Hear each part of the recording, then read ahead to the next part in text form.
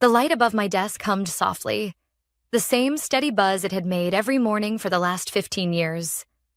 Today, it sounded different, like a countdown.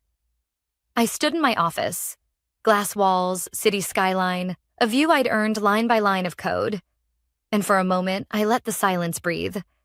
My mug, chipped on the rim, sat next to the monitor still logged into the system I had built from scratch. On the bookshelf, the photo from our first team retreat leaned slightly askew. The founder's arm around my shoulder, both of us younger, hungrier, hopeful. It was strange how easily history fit inside a single frame. Outside my office, I could hear the forced laughter of people pretending nothing was happening. Word travels fast in a company that runs on gossip and caffeine. 15 years of loyalty, commitment, late nights and weekends, about to be erased by a man who'd been here for 7 weeks. The notification pinged at 9:12 a.m., sharp. "Melissa, please step into the CEO's office for a quick chat." From executive assistant. Quick chat. That's corporate code for prepare to be replaced. I closed my laptop softly, as if not to wake it. Picked up my mug, my notebook, and walked down the hall. The smiles I passed felt like static. Empty, buzzing, insincere. When I reached the double glass doors, I could already see him. Daniel Pierce, the new CEO, mid-30s, hair too perfect, shoes too clean. He sat behind the founder's old desk, spinning a pen like he was deciding whether to sign my fate or doodle through it. HR was already there. Of course, 2 of them. Always 2, like vultures in matching beige. "Melissa," Daniel said with the kind of grin that tried too hard. "Come in, have a seat." I stayed standing. "I prefer to stand." He leaned back. "Suit yourself." He didn't bother with small talk. He was the kind of man who mistook cruelty for efficiency. "We're making some changes," he began, tone rehearsed. "Modernization, optimization, fresh leadership. You've done incredible work here, but the board agrees it's time for new energy." Translation: "You're too experienced to manipulate." He gestured toward HR. "You'll receive a generous severance, 3 months' salary, continued healthcare coverage. Security will escort you out once we're done here." He smiled as if expecting gratitude. I didn't give him that. I just said calmly, "Good luck." He blinked, caught off guard by my composure. "Excuse me?" I placed my access badge on the table right next to the contract I had printed that morning, just in case. "You'll need this," I said, "to get through the doors I designed." Then I turned, walked out, and let the door whisper shut behind me. The hallway felt longer than usual. My heels echoed against the tile, each step marking the end of an era. I passed the server room. The hum of the machines behind the glass felt almost alive. Those servers had been my heartbeat for over a decade. I could still tell when something was off just by the pitch of the fan. No one looked up as I passed. It's easier to avoid guilt that way. When I reached my office, I paused, took one last look around, and flipped the light switch. Click! A soft, familiar sound. The end of one story. The beginning of another. By 10:03 a.m., I was sitting in my car in the parking lot, rain tapping the windshield. My phone buzzed nonstop. Slack messages, emails, meeting invites I was already locked out of. I powered it off. There's a kind of peace that comes when you know exactly what they've done wrong, and that they don't. I reached into my bag and pulled out a small navy blue folder, worn at the edges. Inside were notarized papers, old contracts, and one very important clause from 2010. All proprietary software developed under Project Core shall remain intellectual property of the author, Melissa R. Danner, until formal transfer of ownership is executed in writing. The transfer had never been executed, because no one ever thought I'd leave. By 10:37 a.m., I was seated in a quiet cafe 2 blocks away, the same one I'd written the first lines of our security architecture in years ago. The barista still remembered my order. Black coffee, 1 sugar. I took the corner seat, the one near the outlet, and opened my laptop. The rain had turned to mist outside, soft against the glass. My inbox was full. Some goodbye messages, some pity. But one stood out. From Dave Shaw, founder. Subject: Wait, what happened? I smiled faintly. Dave, the man who once called me the spine of the company. I typed slowly. Ask your new CEO. Then I closed the laptop and took a long sip of coffee. Across the street, I could see the reflection of the office building where Daniel Pierce was probably giving a victory speech to a room full of yes men. He thought it was over, but it wasn't the end. It was 10:59 a.m., and in 1 minute, the servers would start rejecting every new access request. Not because I sabotaged them, because they no longer recognized anyone but me. At 11 a.m., sharp, my phone, lying face down beside my empty coffee cup, started buzzing so violently it almost tipped over. Then it stopped. Then it started again. 20 calls, then 40. By the time it hit 158 missed calls, I already knew what was happening. When a system as complex as ours goes dark, it doesn't explode. It fractures. Quietly, invisibly, one access denial at a time. I opened my laptop and navigated to the company's public status page. Partial outage. Core services affected. Of course they were. The architecture I'd built wasn't designed to punish anyone. It was designed to protect itself. The licensing core verified ownership signatures every 30 days. That ownership was tied, legally and technically, to one name. Mine. I'd told them for years we needed to update the assignment clause. I'd even sent reminders. They never replied. Legacy documentation, Daniel had once called it.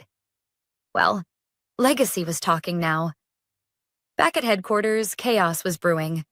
At 11:03, the customer support portal rejected all logins. At 11:08, the DevOps dashboard showed access revoked, insufficient permission. By 11:11, 3 government clients couldn't generate compliance reports. Somewhere, an intern probably tried to reboot the system. They always do. But you can't reboot ownership. My phone vibrated again. Unknown number. I ignored it. Then it buzzed once more. Same number, and again. Finally, I sighed and answered. Melissa, came the voice, rough, urgent. Dave. Hi, Dave. What the hell is going on? The system's rejecting everyone. Legal's screaming. Clients are calling nonstop. Daniel says it's a technical issue, some sort of permissions bug. I took a slow sip of my coffee. It's not a bug. Then what is it? A clause, I said simply. Silence. Then a sharp exhale. Please tell me you're joking. I told you in 2010, I said calmly, that the IP assignment was never executed. Everything under Project Core still falls under my license. You remember that? I thought we fixed it years ago. You thought wrong. He didn't speak for several seconds. I could hear chatter and footsteps behind him, muffled panic. Someone yelling in the background. None of the admin keys are working. Finally, he said, low and strained, Daniel's losing it. He's in the server room right now, screaming at IT. He said something about calling the police. I almost laughed. Tell him to read the contract before he calls 911. At 11:30, the company Slack channels started leaking screenshots. Developers posting error logs, snippets of code, frantic messages like, who changed the root key? This signature check is rejecting everyone. Does anyone still have contact with Melissa? They were trying to reach me, of course, but my company email was deactivated. My personal one wasn't. I checked it. 47 new messages, most of them desperate. From HR, from legal, from Daniel himself. The last one just said, whatever this is, undo it. Now I didn't reply. By noon, things were unraveling publicly. A trade site had already picked up the outage. Tech giant Core Axis facing major system disruption. Internal sources cite licensing error. I smiled faintly. They called it an error, not yet a reckoning. I leaned back in my chair. The cafe quiet around me except for the sound of milk steaming behind the counter. Outside, rain streaked the window like static. The truth was, I hadn't locked them out of spite. The system was just doing exactly what I'd written it to do: verify the rightful owner. And right now, that wasn't them. At 12:04, Dave called again. His tone was different. Hoarse, defeated. "They're saying you own the software outright," he said. "Is that true?" "Yes." "For God's sake, Melissa, why didn't you tell me sooner?" "I did," I said softly. "Multiple times. You just stopped reading my emails after Daniel came in." He went quiet again. Then, "What are you going to do?" "Nothing reckless," I said. "I'm not deleting a line of code. I'm just waiting for the lawyers to read Clause 9b. What's in Clause 9b? It says that any use of my intellectual property without a valid licensing agreement constitutes breach of contract. Automatic revocation of rights. I heard him swallow hard. That means they're not allowed to run a single process until it's resolved." He cursed under his breath. "Melissa, this could sink us." "No, Dave," I said quietly. "Firing me did that." When the call ended, I opened the old folder again, the one that had lived in my drawer for a decade. Inside, I had everything: contracts, invoices, emails, notarized signatures, even the timestamped transfer draft they'd never executed. I ran my fingers across the embossed title at the top. Core Access IP Agreement. Initial development 2010. It still smelled faintly of ink and printer paper. By 12:45, my inbox pinged again. From legal@coreaccess.com. Urgent, requesting immediate meeting to resolve IP ownership. Founder involved. Please confirm availability. I didn't respond. Not yet. I closed my laptop, looked out at the street, and whispered to no one in particular. They'll learn that ownership isn't something you can terminate. Then I finished my coffee, stood, and walked toward the door. The cafe bell chimed softly as I left, right as my phone lit up again, this time with a voicemail from Dave. "Melissa, the founder just called from London. He's furious. He just yelled, 'Who the hell let her own our $600 million software?' Call me back." Please, I didn't. Instead, I drove home, because the next move wasn't theirs. It was mine. By the time I woke the next morning, my phone was a battlefield of missed calls and unread messages. Dave, legal, even Daniel, all of them trying to reach me. I didn't answer any of them. Not yet. At 8:15 a.m., my inbox pinged with a new subject line. Emergency board meeting, mandatory attendance, Core Access Systems. The invitation was forwarded by Dave, marked URGENT. Part of me wanted to ignore it, make them sweat. But another part, the part that had built that company from a flickering laptop and a secondhand router, wanted to hear what they'd say when they realized the truth. So, I brewed my coffee, opened my laptop, and joined the Zoom call. The screen filled with tense faces. Daniel was there, jaw tight, tie crooked, eyes red from what looked like a sleepless night. Dave looked older than I remembered. Creased forehead, tired eyes. And on the main screen, calling in from London, was Richard Mullen, the founder. He looked furious enough to combust. The call was already in motion when I joined. "We need answers." Richard's voice thundered through my speakers. "How does one woman, a terminated employee, have full legal ownership of our entire software infrastructure?" Daniel tried to respond, voice shaky but defiant. It's a misunderstanding. We're working on a new agreement. Our lawyers believe we can reassign the IP once we what? Richard snapped. Once we beg her to give it back? The silence that followed was the kind you could feel in your chest. Then Dave spoke quietly. "Melissa's here." All eyes turned toward my little square on the screen. "Morning," I said evenly. Daniel's expression hardened. "Melissa, whatever game you're playing, it's not a game," I interrupted. "It's paperwork. Something you should have read before signing termination letters." Richard leaned forward, his tone cooling but sharp. Melissa, I built this company from nothing. You were part of that. We all were. But this situation is untenable. You're claiming ownership over the software that runs every major client contract we have. I'm not claiming anything, I said calmly. I own it. You have the documents in front of you. Clause 12B, intellectual property retention. It was never reassigned. You all operated under implied use. But implied use isn't ownership. Legal counsel, a man named Patel, cleared his throat. She's correct, he said reluctantly. The agreement from 2010 gives her full IP rights until a formal transfer is executed. That never happened. Daniel slammed his palm against the table. That's absurd. She wrote code under company resources. Patel adjusted his glasses. At the time, the company wasn't formally incorporated. She was working as an independent contractor under a deferred salary model.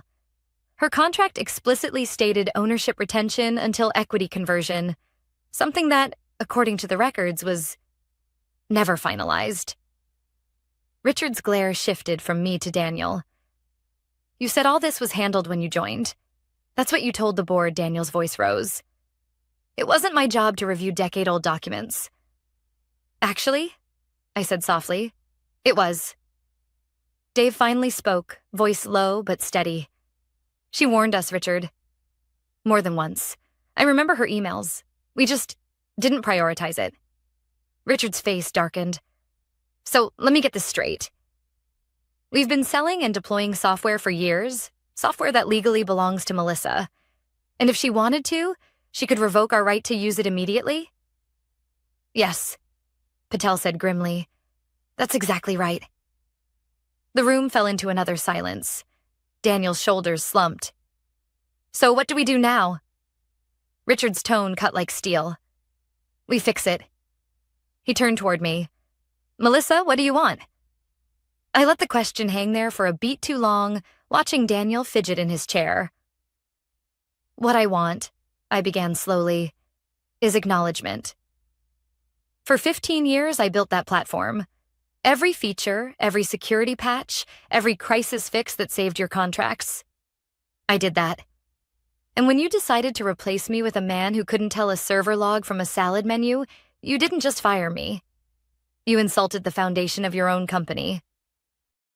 Richard rubbed his temples. You're angry. I understand, but there's a company at stake here. Then you should have treated the people who built it like more than disposable code, Patel interjected. Melissa, if you're open to negotiation, we can discuss a licensing agreement, exclusive with royalties and advisory rights. That would allow operations to resume immediately. I didn't answer right away. Instead, I watched Daniel's expression, panic struggling to hide behind arrogance. Melissa, he said suddenly, be reasonable. You can't hold an entire company hostage just because you feel slighted. I smiled faintly. Daniel, this isn't revenge. This is accountability. Dave looked straight into the camera. Melissa, can you give us 24 hours to prepare a proposal? Fine, I said. But after that, I'm not the one who'll be negotiating. My attorney, Will Richard, nodded stiffly.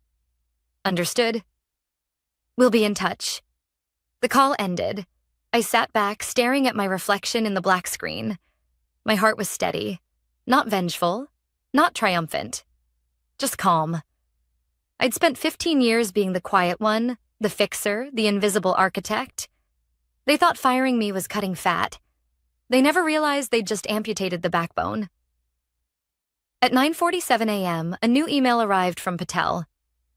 Melissa, please confirm your lawyer's contact information. We'll begin discussions immediately. I typed back one sentence. He'll call you first. Then I closed the laptop and whispered half to myself. They wanted modernization. I'm just giving it to them. The next morning started without an alarm. I woke naturally. No calendar invites, no Slack notifications, no urgent pings about someone else's mistake. Just silence and the faint hum of rain against my window. It felt strange, almost luxurious, to not belong to anyone's schedule. By 8 a.m., my lawyer, Mark Henley, was already in my kitchen. He was one of those lawyers who spoke slowly but thought fast, the kind who always looked like he knew more than he said. A friend had introduced us years ago, back when I was still naive enough to believe loyalty protected you. He sat across from me at the table, glasses perched low on his nose, reviewing the red folder I'd pulled from my bag, the one with the original contract. When he finished reading, he exhaled through his nose and said, "Melissa, this is airtight. They don't own a single line of your code." I nodded. "I know." He tapped the papers. "The question is, what do you want from them? Because once I make the call, you'll have their full attention." I thought for a moment. "I don't want revenge," I said finally. "I just want respect. And terms that make sure they can never do this to anyone again." Mark smiled faintly.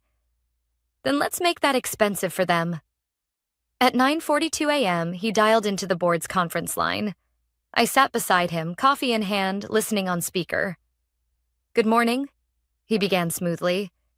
"This is Mark Henley, counsel for Melissa Danner.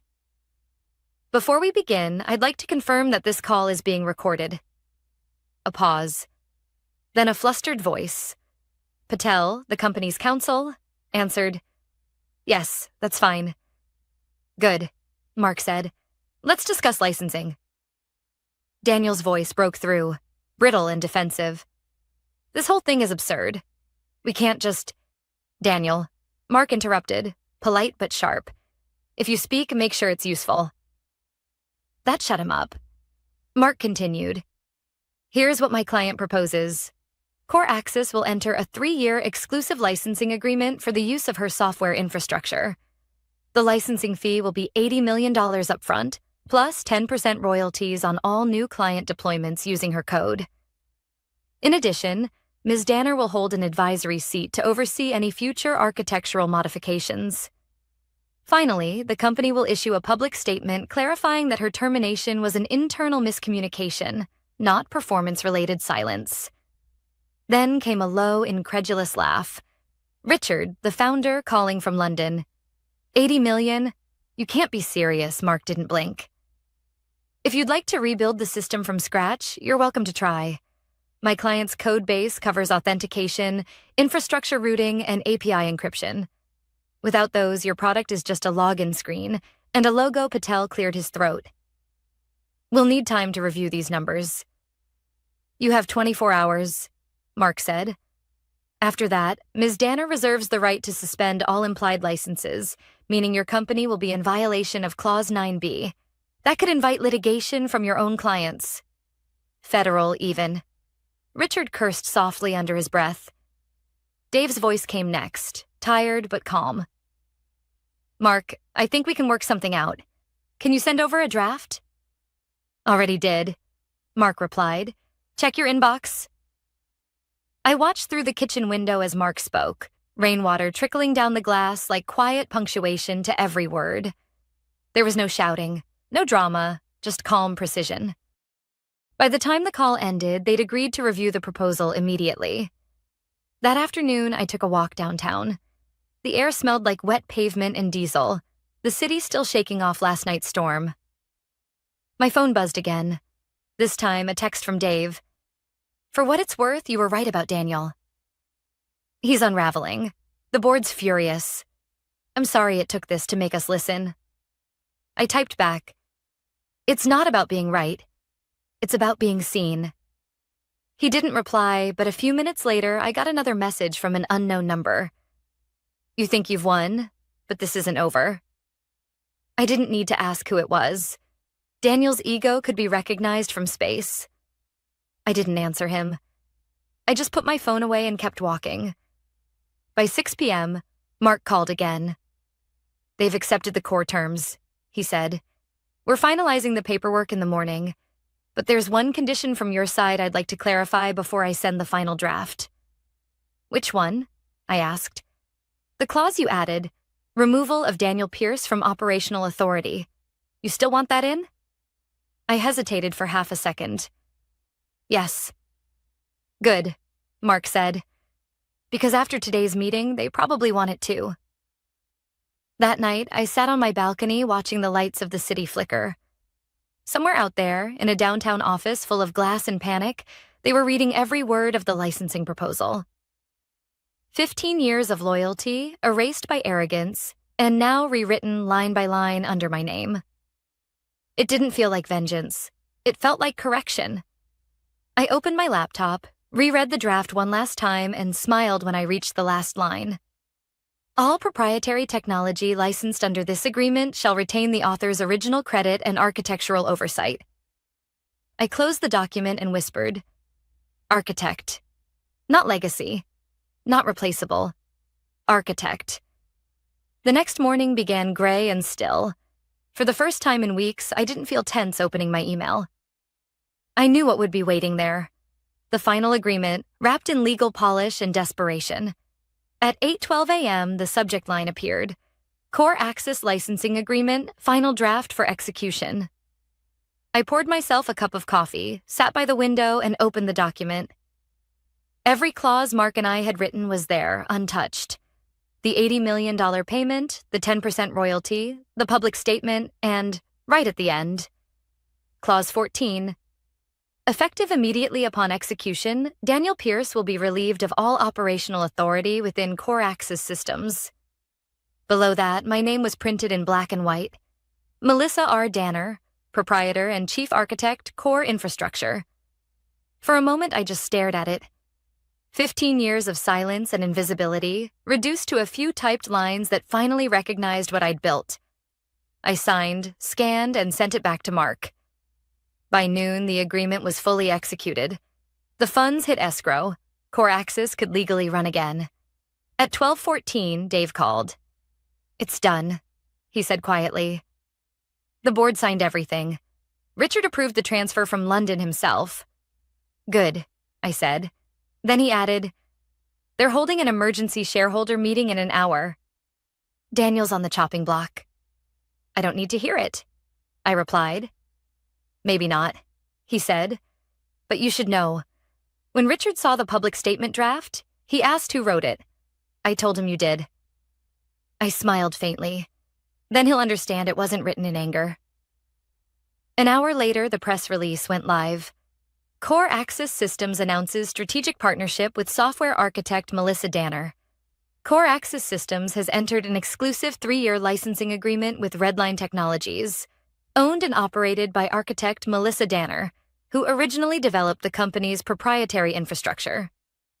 The termination of Ms. Danner's employment last month was due to internal miscommunication, not performance-related reasons. The board expresses its deep appreciation for her contributions and looks forward to her advisory involvement moving forward. The words were diplomatic, clinical, almost sterile, but I could read the truth between the lines. They weren't partnering with me. They were renting back their own foundation. Around 2 p.m., my phone buzzed again. Dave. His voice was low, cautious. They just asked Daniel to resign.